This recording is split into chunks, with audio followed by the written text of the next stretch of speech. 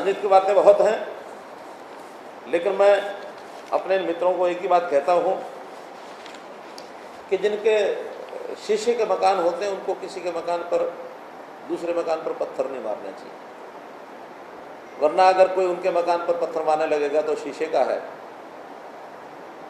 उनको ये ध्यान रखना चाहिए। तो जिस प्रकार की बातें ये करते हैं कि हाँ यहाँ ये गड़बड़ हो गई, वहाँ वो गड़बड़ हो गई, मेरा उतना ही कहना कि अगर वो अपने 10 साल का इतिहास हमारे कांग्रेस के मित्र सामने रख लें और उसको उस बार बार ध्यान करते रहें, अब उसमें से क्या कोई गड़बड़ें हुई हैं, उन्होंने वो ठीक तो नहीं करनी है, ठीक करने का काम तो जिनका है उन्हीं का है, या उसमें से कुछ निकाल के कुछ घेराबंदी करनी होगी, वो तो आज हम करेंगे, जो कुछ करेंगे करेंगे, लेकिन कम से कम स्वयं वो ना फंसें।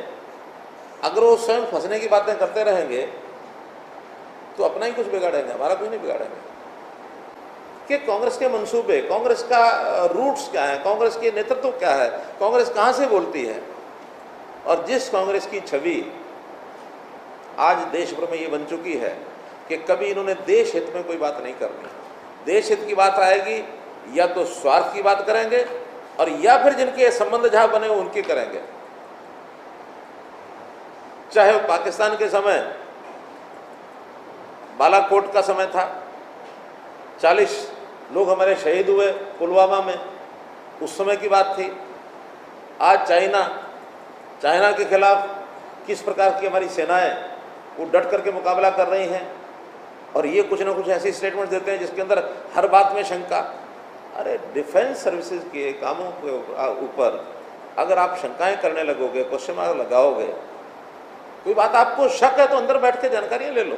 पब्लिकली अगर आप कहोगे तो आपका संबंध निश्चित रूप से किसी ना किसी ऐसी एजेंसी से निर्धारित कर दिया जाएगा कि आप किसी के लिए खेल रहे हो।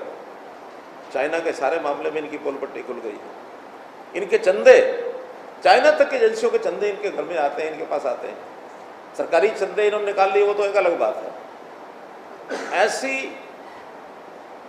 पार्टी जो गर्त में डूबती चली जा रही है, जिसके प्रति जनता का कोई विश्वास नहीं है, ऐसे नेतृत्व के पीछे लगे हुए हमारे ये राष्ट्रीय नेता, चाहे वो सुरजेवाला हो और चाहे उनके नेतृत्व को स्वीकार करके हमारे दूसरे हुड्डा साहब हो, ये वहां से प्रेरणा लेकर के जनता को क्या बताना चाहेंगे?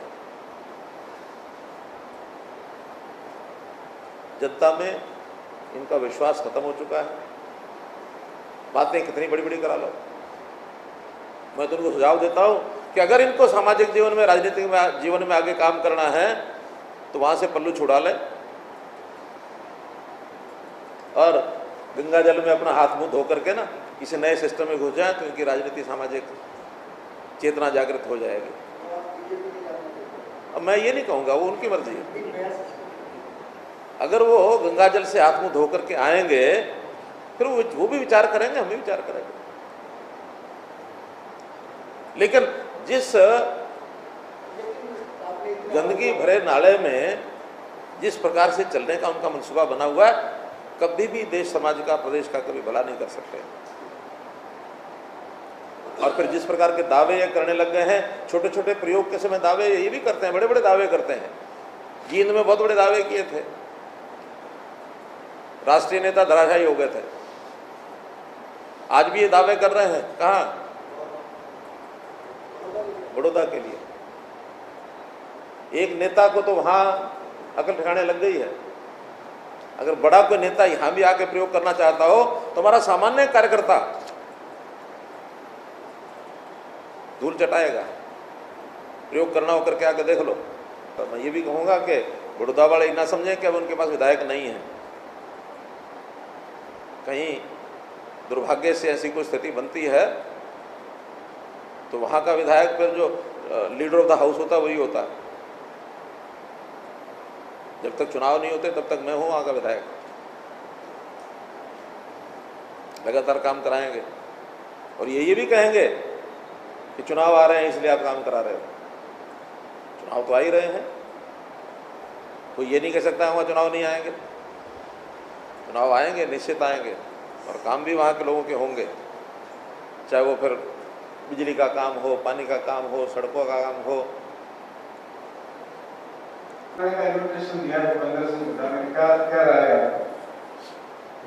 देखिए, जैसे मैंने बताया कि एक बड़ा नेता उनका जींद के अंदर, वो तो मजे चक्के चला गया, और इन्होंने कहा कि मेरे सामने आके मुख्यमंत्री चुनाव लड़ लें। अब मैं इतना तो आखिर एक सिस्टम को, लोकतंत्र के सिस्टम को जानता हूँ कि एक व्यक्ति जो एक जगह से विधायक है, उसको दो जगह से विधायक बनने की आवश्यकता क्या है? वो दो जगह से, और मैं तो आज मुख्यमंत्री हूँ, क्या वहाँ से चुनाव लड़ने के बाद और जीतने के बाद मैं दोबारा डबल मुख्यमंत्री बन जाऊँगा क्या?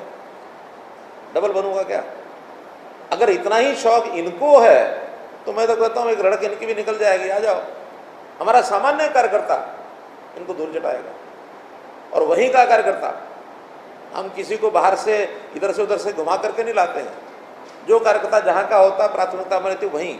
इन्होंने तो वहाँ कभी खड़ा ही नहीं होने दिया किसी व्यक्ति को।